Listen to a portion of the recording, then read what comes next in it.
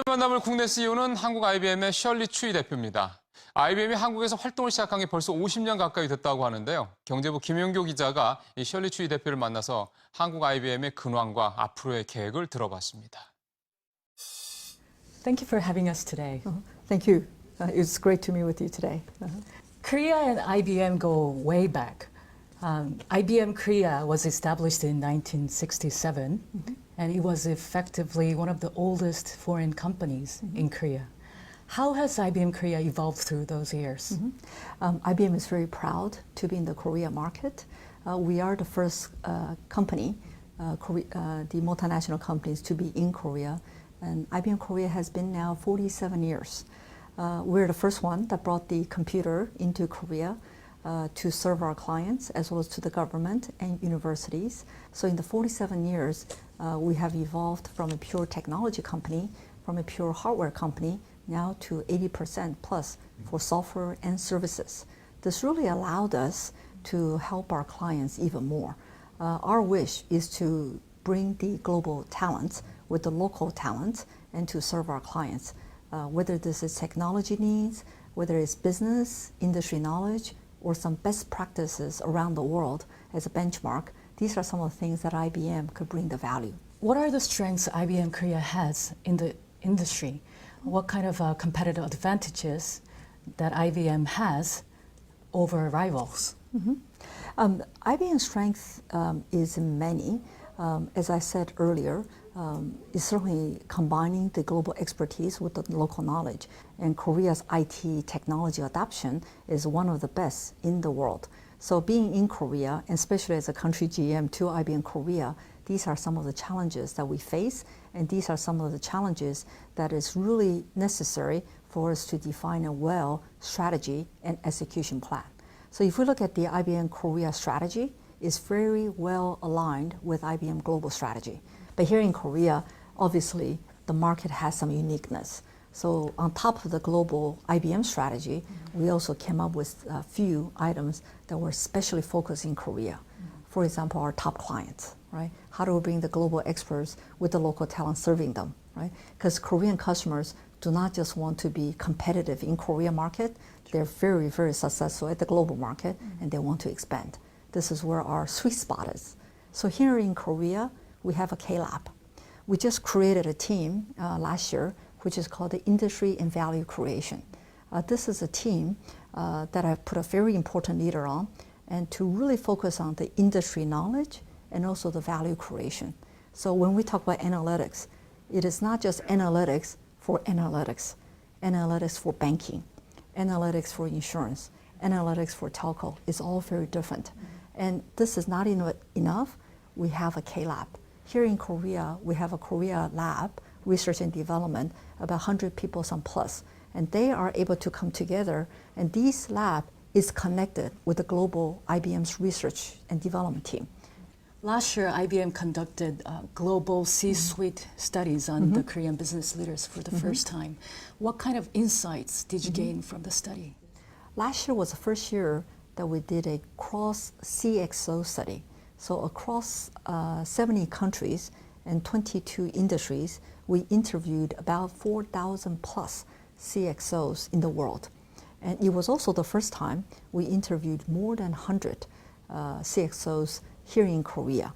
So this was really a great opportunity for us, and we are able to do some comparisons.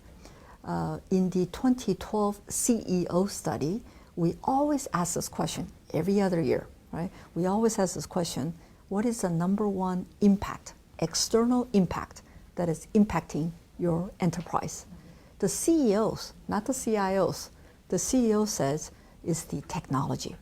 Now, what's most interesting is 10 years ago, technology only rated number 6, right? And 2013, again, technology was rated to be number 1 external factor. And this phenomena is very similar in Korea as well. And the Korea enterprises, what we found is much better compared to the average of the global companies in technology adoption, in the new thinkings, and preparations for the next 3 to 5 years. So this is very, very good to know. As a matter of fact, we also feel here in IBM with that study, IBM Korea better be prepared for that because our customers has very, very high expectations from us. The only area that where the Korea enterprise feedback was different than the global was as we look at this change or shifts from more of an internal to an external and more of a customer focused, how the global enterprises are viewing the customer segmentation is they're looking at the customers as an individual. But where Korean enterprises are still looking at the customer as a segment. I think this is perhaps an area that the Korean customers could really look at this and perhaps see how we could improve on that. So do you have any advice for those leaders? Number one is, I think, again, this is back to what I said earlier, is the data, right? People will be amazed at how much data it is. Now, of course, with the internet, with the mobile, with the social, the data is exploding, right? And then if you look at the data, and people talk about big data a lot, right? But it's how you use the data, right? Now, we think the data is the 21st century natural resource. So for the enterprises who knows more about the insight that is generated from the data, you will help them to be better prepared for the changes to come, what their customers want, and how they should change their strategies so they're ahead of the game, right? So this is very important, and it's no longer depends on your gut, depends on your smartness. I think a well analyzed data to get the insights will be very helpful for the enterprises. I've gone through your columns on local Korean newspapers, and I can see that you put much emphasis on customer and on how to create value to their business. Could you share your philosophy on this? And many people ask us, how does IBM stay as a 100-year-old company, right? And how do we continue to transform to stay on top? I will not say IBM is always smooth ride, right? As we transform, as the market shifts, as we transform, we'll go through some up and downs. But it's very important that IBM come out at the end that we are essential to our customers. So one of the biggest lessons learned that I learned along with IBM is that you never lose sight of what's happening with the market.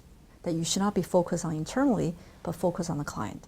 And the only way that you're going to know about the clients, what their challenges are, is to meet with them, to talk to them, to understand what their challenges, and really bring some value to them, i.e. essential. Because if you're not essential, if you're not making a difference, customers do not want to spend time with you. You're a Chinese American who spent some of your childhood in Korea, which is a very rare case. When you first came back to Korea after you spent some years in US, what was your first impression about Korea? Great. I have to say that simple is great. Because I think because I was born in Korea, and I lived here for 13 years before I went to US.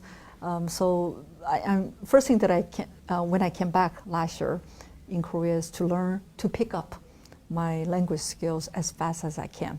I'm still learning. Talk about the challenges, I'm still learning. I'm still learning. But it's the friends that I have. It's the IBM Korea employees that I worked with when I was in Asia Pacific. They're dynamic workforce. They're really great talents that we have. And also the customers. They're interested more in the ideas.